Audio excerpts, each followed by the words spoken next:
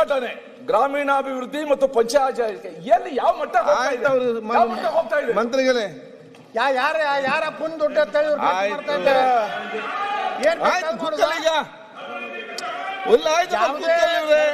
ಅಭಿವೃದ್ಧಿಗೆ ಹಣ ಕೊಡಲಿಕ್ಕೆ ಯೋಗ್ಯತೆ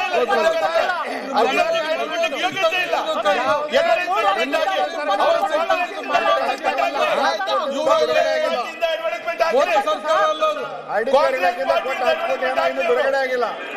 ನೀವೆಂತ ಅಡ್ವರ್ಟೈಸ್ಮೆಂಟ್ ಕಾಂಗ್ರೆಸ್ ಬರುತ್ತೆ. ಕಾಂಗ್ರೆಸ್ ಪಾರ್ಟಿಯಿಂದ ಬೇಕಾದ್ರೆ ಬೇಡವಾ? ಅಧ್ಯಕ್ಷರೇ ಇದು ಕೇಂದ್ರ ಮತ್ತೆ ರಾಜ್ಯದ ಎರಡೂ ಪಾಲಿದೆ. ಈಗ ಕೇಂದ್ರ ಸರ್ಕಾರದ ಬಗ್ಗೆ ಈಗ ಅವಹೇಳನೆ ತಂದಿರ್ತಕ್ಕಂಥ ಒಂದು ಇದನ್ನ ಇವರು ಅವಹೇಳನ ಮಾಡಿ ಇವರು ಎಲ್ಲ ಪ್ರಕಟಣೆ ಕೊಡ್ತಾರೆ ಅಂದ್ರೆ ಇವ್ರು ಯಾವ ತರ ಮಾಹಿತಿನ ಸಂದೇಶನ ರಾಜ್ಯಕ್ಕೆ ರಾಷ್ಟ್ರಕ್ಕೆ ಕೊಡ್ತಾ ಇದಾರೆ ಅಂತಕ್ಕಂಥದ್ದು ಇಲಾಖೆ ಇಲ್ಲ. ಅವ್ರ ಪಕ್ಷದ ವತಿಯಿಂದ ಕೊಟ್ಟಿದ್ರೆ ನಮ್ಗೇನ್ ಸಂಶಯ ಇದಿಲ್ಲ. ಅವರು ಇಲಾಖೆನಲ್ಲಿ ಹೆಂಗ್ ಇದನ್ನ ತರ್ಲಿಕ್ಕೆ ಸಾಧ್ಯ? ದಯಮಾಡಿ ವಾಪಸ್ ತಗೋಬೇಕು. ಸರ್ಕಾರದ ಅನುದಾನ ಇದನ್ನ ತೆರಿಗೆ ಹಣನ ಈ ತರ ಎಲ್ಲ ಲೂಟಿ ಮಾಡಬಾರ್ದು ಅಂತ ಇಲಾಖೆ. ಅಧ್ಯಕ್ಷರೇ ಒಂದ್ ನಿಮಿಷ. ಈಗ ಕೇಂದ್ರ ಸರ್ಕಾರದ ವಿರುದ್ಧ ರಾಜ್ಯ ಸರ್ಕಾರದ ಹಣ ದುರುಪಯೋಗ ಮಾಡಿಕೊಂಡು ಈ ರೀತಿ ಅಪಪ್ರಚಾರ ಮಾಡಿದ್ರೆ ಕೇಂದ್ರ ಮತ್ತು ರಾಜ್ಯದ ಒಂದು ಒಳ್ಳೆ ಬಾಂಧವ್ಯ ಹೆಂಗ್ ಉಳಿಲಿಕ್ಕೆ ಸಾಧ್ಯ ಇದೆ? ಇವ್ರದ್ದು ಏನಾರದ ಟೀಕೆ ಮಾಡೋದಿದ್ರೆ ತಮ್ಮ ಪಕ್ಷದಿಂದ ಕೊಡ್ಲಿ ಬಿಟ್ಟು ಇವತ್ತೇನು ಸರ್ಕಾರದಿಂದ ಇವತ್ತೇನು ಅಡ್ವರ್ಟೈಸ್ಮೆಂಟ್ ಕೊಟ್ಟಿದ್ರೆ ಗ್ರಾಮೀಣಾಭಿವೃದ್ಧಿಯಿಂದ ಆ ಹಣ ಪಾರ್ಟಿಯವರು ಕೊಟ್ಟು ಅದನ್ನ ವಾಪಸ್ ಕೇಂದ್ರ ಏನು ರಾಜ್ಯ ಸರ್ಕಾರ ಪಕ್ಕಕ್ಕೆ ತುಂಬ್ಕೋಬೇಕು. ಇಲ್ಲಾಂದ್ರೆ ಗ್ರಾಮೀಣಾಭಿವೃದ್ಧಿ ಸಚಿವರು ಇದಕ್ಕೆ ಜವಾಬ್ದಾರಿ ಅನ್ನುವಂಥದ್ದನ್ನ ತಾವು ಅವ್ರಿಗೆ ನಿರ್ದೇಶನ ಕೊಡ್ಬೇಕಂತ ನಾವು ವಿನಂತಿ ಮಾಡ್ಕೋತೀನಿ. ಮಾನ್ಯ ಅಧ್ಯಕ್ಷ, ನಾವು ಒಂದು ಒಕ್ಕೂಟದ ವ್ಯವಸ್ಥೆನಲ್ಲಿ ನಂಬಿಕೆ ಇಟ್ಟು ಕೆಲಸ ಮಾಡ್ತಾ ಇರೋಂಥವ್ರು. ಒಂದ್ ನಿಮಿಷ ಸರ್, ನೀವು ಮುಗಿಸಿ. ಇವಾಗ ಒಕ್ಕೂಟದ ವ್ಯವಸ್ಥೆ ನಂಬಿಕೆ ಇದೆ.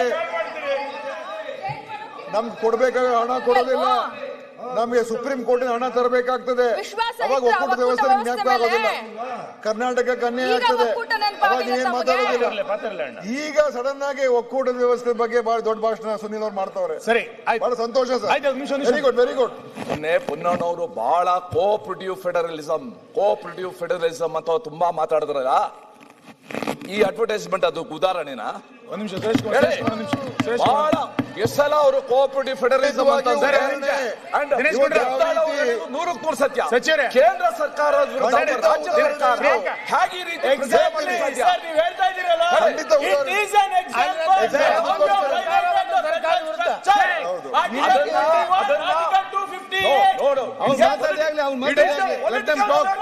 ಮಾತಾಡಾಗ್ಲೇ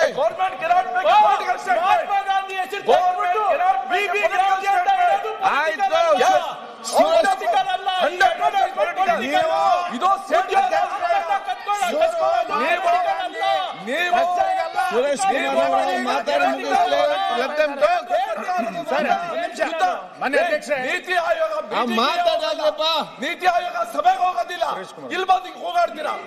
ಇದೇ ಮತ್ತೆ ಅಡ್ವೈಸರಿ ಕಮಿಟಿ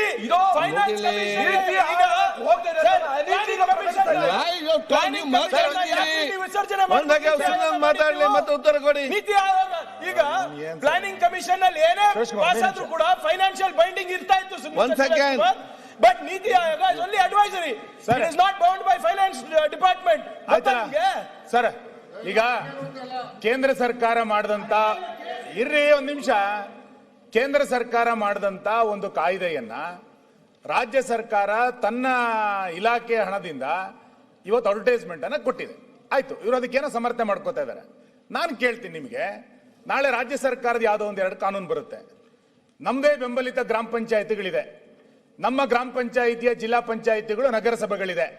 ನಾವಲ್ಲಿ ರಾಜ್ಯ ಸರ್ಕಾರದ ಈ ಕಾಯ್ದೆನ ಒಪ್ಕೊಳ್ಳಲ್ಲ ಅಂತೇಳಿ ಗ್ರಾಮ ಪಂಚಾಯಿತಿಗಳು ನಗರಸಭೆಗಳು ಅಡ್ವರ್ಟೈಸ್ಮೆಂಟ್ ಹಾಕ್ಲಿಕ್ಕೆ ನಾವು ಅನುಮತಿ ಕೊಡ್ತೀರಾ? ನಾವು ಪಿಡಿಒಗಳಿಗೆ ಹೇಳಿ ಅಡ್ವರ್ಟೈಸ್ಮೆಂಟ್ ಮಾಡಿಸ್ತೀವಿ, ಒಪ್ಕೋತೀರಾ ನೀವು?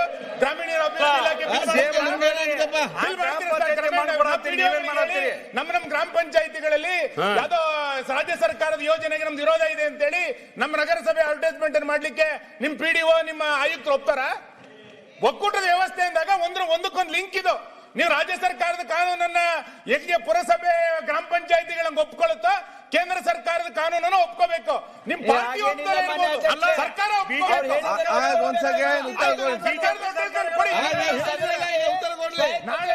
ಮಾನ್ಯ ಅಧ್ಯಕ್ಷರೇ, ನಾನು ಒಪ್ಕೊಳ್ಬೇಕು ಅಂತ ನಾಳೆ ಅಧ್ಯಕ್ಷರೇ ಸರ್, ನಾಳೆ ನೀವು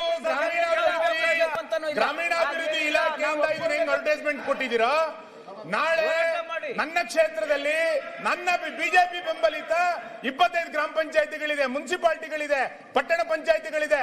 ನಾವು ರಾಜ್ಯ ಸರ್ಕಾರದ ವಿರುದ್ಧ ಒಂದು ನಿರ್ಣಯ ಮಾಡಿ ಅಡ್ವರ್ಟೈಸ್ಮೆಂಟ್ ಕೊಡ್ತೀವಿ, ನೀವು ಒಪ್ಪಿಗೆ ಕೊಡ್ತೀರಾ? ಅದಕ್ಕೆ ಎಷ್ಟು ದುಡ್ಡು ಕೊಡ್ತೀರಾ ಅದಕ್ಕೆ ನೀವು? ಅಧ್ಯಕ್ಷರೇ ನಿಮ್ಮ ಸರ್ಕಾರಕ್ಕೆ ನಾಚಿಕೆ ಆಗಬೇಕು. ಹೇಳಿದ್ರಲ್ಲ ಈಗ. ಅಲ್ಲ ಮಾನ್ಯ ಸಭಾಧ್ಯಕ್ಷ, ಒಂದೇ ನಿಮಿಷ ಮಾನ್ಯ ಸಭಾಧ್ಯಕ್ಷ, ಮಾತಾಡ್ತೀನಿ. ಮಹಾತ್ಮ ಗಾಂಧಿ ಬಗ್ಗೆ ಮಾತನಾಡ್ತಕ್ಕಂಥ ಇವರು 650 ಬಾರ್ಲೇಷನ್ಸ್ ಕೂಡ ಕೊಟ್ಟಿದ್ದಾರೆ. ಇವ್ರು ಮಹಾತ್ಮ ಗಾಂಧಿ ಬಗ್ಗೆ ಮಾತನಾಡ್ತಕ್ಕಂಥ ಯೋಗ್ಯತೆ ಸರ್ಕಾರಕ್ಕಿದೆ, ಅದನ್ನ ಉತ್ತರ ಕೊಡ್ಲಿ. ಬಾರ್ಲೇಷನ್ಸ್ ಕೂಡ ಕೊಟ್ಟಿದ್ದಾರೆ. ಇವ್ರು ಮಹಾತ್ಮ ಗಾಂಧಿ ಬಗ್ಗೆ ಮಾತಾಡ್ತಾರೆ, ಏನ್ ಯೋಗ್ಯತೆ ಇದೆ ಮಾತನಾಡಕ್ಕೆ? ಗುಜರಾತ್ ನಲ್ಲಿ ಅನಧಿಕೃತವಾಗಿ ಎಷ್ಟು ಮಾರಾಟ ಆಗ್ತಾ ಇದೆ ತಿಳ್ಕೊಳ್ಳಿ.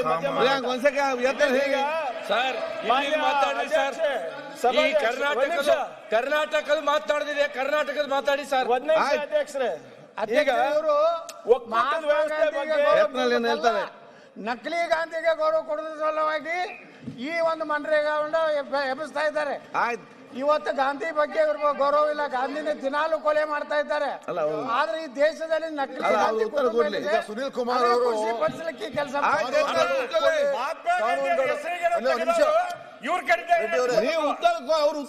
ಮತ್ತೆ ಚರ್ಚೆ ಆಗ್ಲಿ. ಸುನೀಲ್ ಕುಮಾರ್ ಅವರು ಕಾನೂನು ಒಪ್ಕೊಳ್ಳೇಬೇಕು ಅಂತ ಹೇಳಿದ್ರು.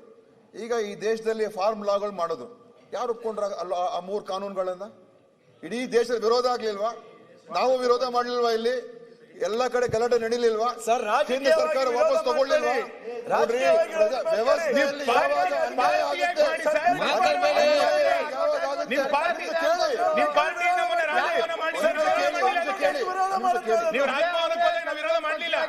ಕೇಳಿ, ಅಧಿಕೃತವಾಗಿ ನಾವು ಅದನ್ನ ವಿರೋಧ ಮಾಡುದು, ಅಸೆಂಬ್ಲಿಯಲ್ಲಿ ವಿರೋಧ ಮಾಡುದು, ಸಾಕಷ್ಟು ರಾಜ್ಯಗಳ ವಿರೋಧ ಆಯ್ತು. ದೆಹಲಿಯಲ್ಲಿ 1 ವರ್ಷ ಕಾಲ ರೈತರು ವಿರೋಧ ಮಾಡುದು, ನೀವು ತಿರುಗಿ ಕೇರೆ ಮಾಡ್ಲಿಲ್ಲ. ನೀವು ಅಂತಿಮವಾಗಿ ಯಾವ ಸರ್ಕಾರ ಅಡ್ವರ್ಟೈಸ್ಮೆಂಟ್ ಒಂದ್ ನಿಮಿಷ ಕೇಳಿ. ಯಾವಾಗ ಒಂದು ಕಾನೂನು ರಾಜ್ಯಕ್ಕೆ ಮಾರಕ ಆಗುತ್ತೆ, ಯಾವಾಗ ಒಂದು ಕಾನೂನು ರಾಜ್ಯ ಹಿತಾಸಕ್ತಿ ವಿರುದ್ಧ ಇದೆ, ಅದ್ರ ಬಗ್ಗೆ ನಾವು ಮಾತಾಡಕ್ಕೆ ನಮ್ಗೆ ಹಕ್ಕಿಲ್ಲ ಅಂತ ಹೇಳಿದ್ರೆ, ಹೇಳೋದಕ್ಕೆ ಹಕ್ಕಿಲ್ಲ ಅಂತ ಹೇಳಿದ್ರೆ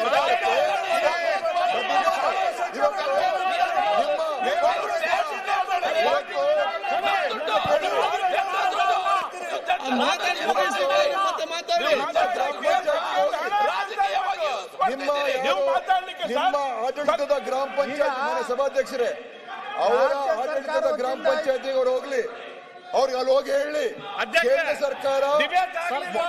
ನಿಮಿಷ ಕೇಳಿ ಶೆಟ್ಟಿ ಅವರೇ, ನಿಮಿಷ ಕೇಳಿ. ಅಲ್ಲ ಈಗ ಸುನಿಲ್ ಅವ್ರು ಹೇಳಿದಾಗೆ ಅವರ ಗ್ರಾಮ ಪಂಚಾಯತಿಗೆ ಹೋಗ್ಲಿ, ಅಲ್ಲಿ ಹೋಗ್ಬಿಟ್ಟು ನೋಡಿ, ಹಿಂದೆ ಕೇಂದ್ರ ಸರ್ಕಾರ 100% ದುಡ್ಡು ಕೊಡ್ತಾ ಇತ್ತು, ಈಗ ಕೇಂದ್ರ ಸರ್ಕಾರ 60% ಮಾತ್ರ ಕೊಡ್ತೀವಿ ಅಂತ ಹೇಳಿದರೆ, ಇದರ ಪರವಾಗಿ ನಾವು ನಿಲ್ಬೇಕು ಅಂತ ಅವ್ರು ಹೋಗಿ ಹೇಳಿ. ಮನೆ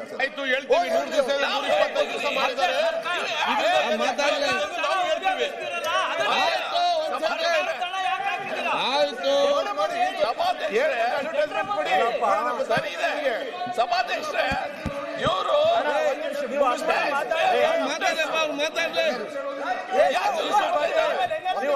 ಮಾತಾಡಿ ನಾವು ಸನ್ಮಾನ್ಯ ಅಧ್ಯಕ್ಷರೇ, ನಾವು ಈ ಕಾರ್ಯಕ್ರಮದ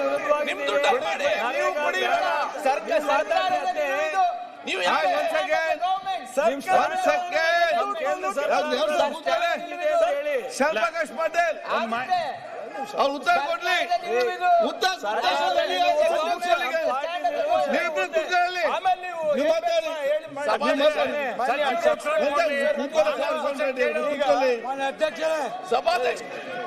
sir, Shyamaprakash Patil sir, you can dictate terms to the government. ಈಗ ಸರ್ ಉತ್ತರ ಕೊಡ್ಲಿ. ಪ್ರಶ್ನೆ ಇರೋದು, ಒಕ್ಕೂಟದ ವ್ಯವಸ್ಥೆದು ವೈಲೇಷನ್ ಆಗಿದೆ. ಏನು ಕೇಂದ್ರ ಸರ್ಕಾರ ಏನ್ ಹೇಳ್ತಾ ಇದೆ ಅದನ್ನ ನಾವು ಒಪ್ಕೋಬೇಕು, ಕೈ ಕಟ್ಕೊಂಡಿ ಅಂತ ಹೇಳ್ತಾ ಇದ್ರೆ, ಅದ್ರ ವಿರುದ್ಧ ಮಾತನಾಡಬಾರ್ದು, ಅಡ್ವರ್ಟೈಸ್ಮೆಂಟ್ ಕೊಡಬಾರ್ದು ಇಲಾಖೆಯಿಂದ ಅಂತ ಹೇಳ್ತಾ ಇದ್ದಾರೆ. ಈಗ ಸುನೀಲ್ ಅವ್ರು ಮಾತನಾಡಬೇಕಾದ್ರೆ ಕೇಳಿದ್ರು, ಡೈರೆಕ್ಷನ್ಸ್ ಇಶ್ಯೂ ಮಾಡ್ಲಿಕ್ಕೆ ಆಗೋದಿಲ್ಲ. ಕೇಂದ್ರ ಸರ್ಕಾರದಿಂದ panchayat raj act is very tight. We can only advise. ಅವ್ರು ಇಷ್ಟ ಇದ್ರೆ ಪಂಚಾಯತ್ ನಲ್ಲಿ ಇಟ್ಕೊಂಡು ಮಾಡ್ತಾರೆ, ಇಲ್ಲ ಅಂದ್ರೆ ಬಿಡ್ತಾರೆ. ಆಮೇಲೆ ಪಂಚಾಯತ್ ಹಣ ಖರ್ಚು ಮಾಡಬೇಕು ಅಂದ್ಬಿಟ್ಟು ಅವ್ರದ್ದಾದಂತ ಮಾನದಂಡ ಇದೆ, ನಂಬರ್ 1. ನಂಬರ್ 2, ಈಗ ತಾವು ಕೇಳಿದ್ರಿ ಕೇಂದ್ರ ಸರ್ಕಾರ ಇದು ಒಂದು ಕ್ರಾಂತಿಕಾರಿ ಕಾಯ್ದೆ ತಂದಿದೆ, ಅನುಷ್ಠಾನ ತರಬೇಕು ಅಂತ. What does article 258 say sir? ಬಹಳ ಸ್ಪಷ್ಟವಾಗಿ ಆರ್ಟಿಕಲ್ 258 ಏನ್ ಹೇಳ್ತದೆ ಅಂದ್ರೆ, ಕೇಂದ್ರ ಪುರಸ್ಕೃತ ಯೋಜನೆಯನ್ನ ನೀವು ರಾಜ್ಯ ಸರ್ಕಾರದ ಮೇಲೆ ಮ್ಯಾಂಡೇಟ್ ಮಾಡ್ತಾ ಇದ್ದಾಗ ನೀವು advertisement to be your partner financially 50 ಇರ್ಬೋದು, 60 ಇರ್ಬೋದು, 90 ಇರ್ಬೋದು. ನೀವು ರಾಜ್ಯ ಸರ್ಕಾರ ಕನ್ಸಲ್ಟೇಷನ್ ಮಾಡಬೇಕು. ಅಕಸ್ಮಾತ್ ರಾಜ್ಯ ಸರ್ಕಾರ ಅದನ್ನ ತಿರಸ್ಕಾರ ಮಾಡಿದ್ರೆ chief justice of India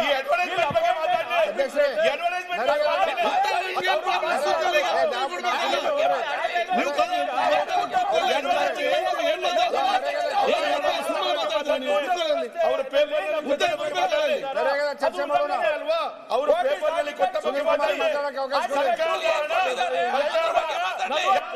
speaks on the financial commission formation. Finance commission ಅವರು ನಮ್ಮ ಟ್ಯಾಕ್ಸಸ್ ಎಷ್ಟು ಡೆವಲಪ್ ಮಾಡಬೇಕು, ಕನ್ಸಾಲಿಡೇಟ್ ಫಂಡ್ ಆಫ್ ಇಂಡಿಯಾಗೆ ಎಷ್ಟು ಹೋಗ್ಬೇಕು ಅಂದ್ಬಿಟ್ಟು ಒಂದು ರಿಪೋರ್ಟ್ ತಯಾರು ಮಾಡ್ತಾರೆ. ಆ ರಿಪೋರ್ಟ್ ಅವರು ಬಂದು ಇಲ್ಲಿ ನಮ್ಗೆ ಕೇಂದ್ರ ಸರ್ಕಾರ ಜೊತೆ ಮಾತನಾಡಬೇಕಾದ್ರೆ ನಮ್ಮ ತೆರಿಗೆ ರಾಜ್ಯ ಸರ್ಕಾರದಿಂದ ಎಷ್ಟು ಬರ್ತಾ ಇದೆ, ಲೋಕಲ್ ಬಾಡೀಸ್ ಇಂದ ಎಷ್ಟು ಬರ್ತಾ ಇದೆ, ಪಂಚಾಯತ್ ಇಂದ ಎಷ್ಟು ಬರ್ತಾ ಇದೆ, ಅವೆಲ್ಲಾನು ಲೆಕ್ಕ ಹಾಕಿ CFI ಗೆ ಕೊಟ್ಟು ಅಲ್ಲಿಂದ ಡಿವಲ್ಯೂಷನ್ ಆಗುತ್ತೆ. ಅವರು ಕೂಡ ಇಲ್ಲಿ ಬೆಂಗಳೂರಿಗೆ ಬಂದಾಗ ಮುಖ್ಯಮಂತ್ರಿಗಳ ಜೊತೆ ಚರ್ಚೆ ಮಾಡಿದಾಗ ಎಲ್ಲೂ ಕೂಡ ಇಂಥ ಒಂದು ಕ್ರಾಂತಿಕಾರಿಯಾದಂತ ಬಿಲ್ ಬರ್ತಾ ಇದೆ, ಇದ್ರ 40% ನೀವು ಕೊಡಬೇಕಾಗಿದೆ ಅಂತ ಎಲ್ಲೂ ಉಲ್ಲೇಖ ಇಲ್ಲ. Second violation. Third violation article 21 directive principles. Advertisement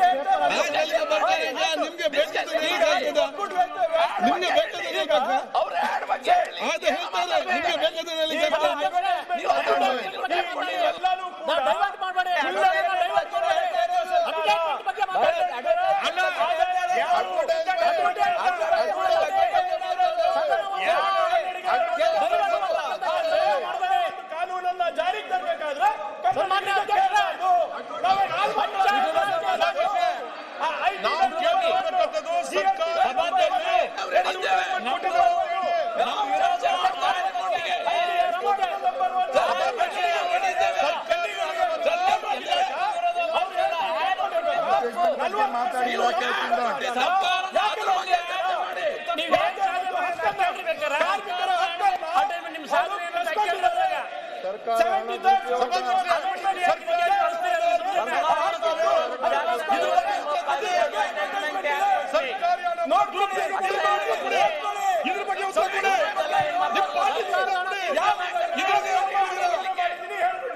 ನಾನು ಅವ್ರು ಮಾಡಿರೋದಂತ ನಿಯಮಗಳು ಉಲ್ಲಂಘನೆ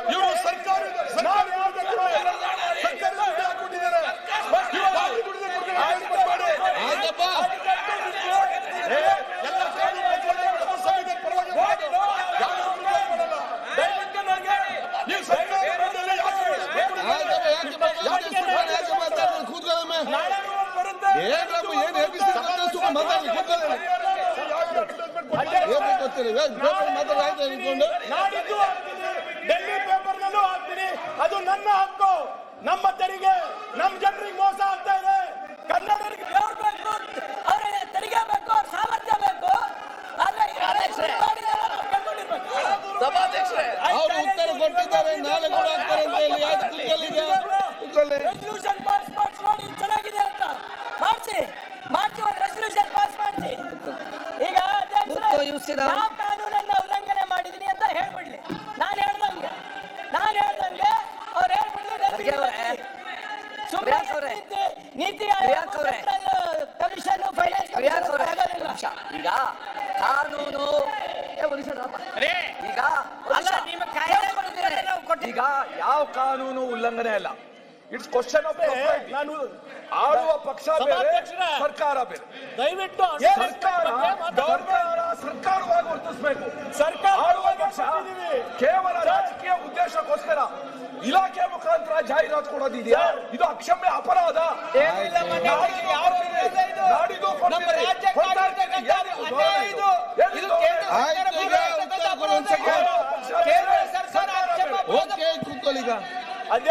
ಪ್ರಕಾಶ್ ಪಾಟೀಲ್ ಸಾರ್ವಜನಿಕ ಹಣವನ್ನ ಇವರು ವೈಯಕ್ತಿಕ ಉಪಯೋಗ ಮಾಡ್ತಾ ಇದ್ದಾರೆ. ಅಧ್ಯಕ್ಷರೇ, ಯಾರು ಕೊಡ್ತಾ ಇರೋದು? ಸನ್ಮಾನ್ಯ ಅಧ್ಯಕ್ಷರೇ, ರಾಜ್ಯ ಸರ್ಕಾರ ಕೊಡ್ತಾ ಇರೋದು. ಖರ್ಗೆ ಅವರೇ, ನಿಮ್ಗೆ ಕನ್ನಡದ ಬಗ್ಗೆ ಕಾಳಜಿ ಇಲ್ಲ, you will oppose this bill.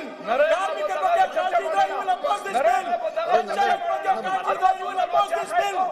ನೀವೆಲ್ಲ ಕೇಂದ್ರ ಸರ್ಕಾರದಲ್ಲಿ ಗುಲಾಮರಾಗಿ ಓಕೆ, ಸನ್ಮಾನ್ಯ ಅಧ್ಯಕ್ಷರೇ, ಯಾವ ಕಾನೂನು ಉಲ್ಲಂಘನೆ ಮಾಡಿದ್ದೀರಾ? ಸನ್ಮಾನ್ಯ ಅಧ್ಯಕ್ಷರೇ, ಯಾವ ಕಾನೂನು ಉಲ್ಲಂಘನೆ ಸನ್ಮಾನ್ಯ ಅಧ್ಯಕ್ಷರೇ, ಸನ್ಮಾನ್ಯ ಅಧ್ಯಕ್ಷರೇ, ಸನ್ಮಾನ್ಯ ಅಧ್ಯಕ್ಷರೇ, ಹೇಗಿದೆ? ನಮ್ ಕಡೆ ಕಾಳಜಿ ನೋಡ್ರಿ. ಕೇಂದ್ರ ಸರ್ಕಾರದ ಕನ್ನಡಿಯಾಗಿದೆ, ಅದಕ್ಕೆ ಇವರಿಗೆ ಉತ್ತರ ಕೊಡಕ್ ಆಗ್ತಾ ಇಲ್ಲ. ಯಾವ ಕಾನೂನು ಉಲ್ಲಂಘನೆ?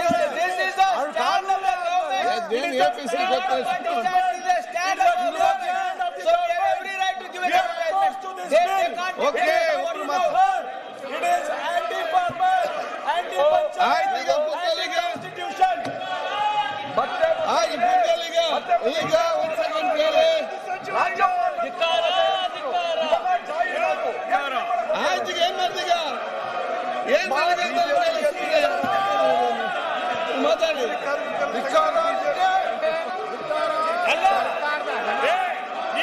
ತಮ್ಮ ಪಕ್ಷದ ಪ್ರಚಾರಕ್ಕಾಗಿ ಈಗ ಸರ್, ಈಗ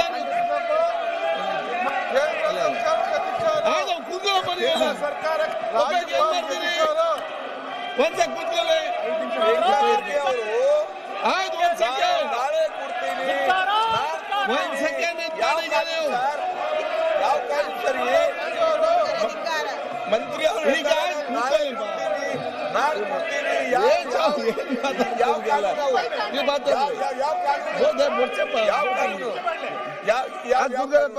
ನಾಳೆ ಕೊಡ್ತೀನಿ, ನಾಡ್ ಕೊಡ್ತೀನಿ, ಇವತ್ತು